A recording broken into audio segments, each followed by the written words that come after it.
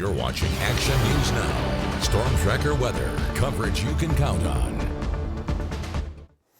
We're looking southwest into Tehama County, our East Los Molinos cam. So a little bit of cloud cover, but lots of blue, but lots of dried out vegetation.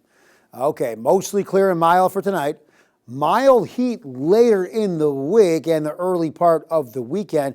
Now, today, tomorrow, Thursday, and into Friday, we could have potential thunderstorms. We're seeing a few up there in those higher elevations. But for now, the winds, they're not that bad. They're bringing more moisture our way. That helps with a safer environment for fire risk potential. Here's what we have overnight. Coming up a little bit temperature-wise. Last week, we were barely falling out of the 77-degree range. Now we're dropping into the upper 50s at time. Coming up a couple degrees in the valley, for that matter. In the higher elevations, though, Chester dropping to 51. Over there in Paradise, 59, and not too bad in Burning at 55 degrees.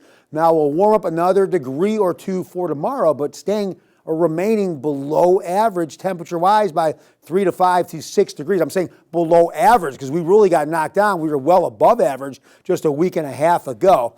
Now, here's what we have. High pressure has kind of moved away from us. We got the Delta breeze throwing that cooler ocean air our way. That's helping to cool us. Then we're seeing the dip in the jet stream. This is already Friday, by the way. We're seeing the dip in the jet stream, that cooler air. That's helping to cool us. And without high pressure close enough, we're seeing those showers in the higher elevations that could create some. There's going to be red flag warnings tomorrow, but we could see the potential for lightning strikes as well as strong outflow winds from those thunderstorms gusting to 40 to 60 miles per hour. But let's move the timeline forward. That's Friday.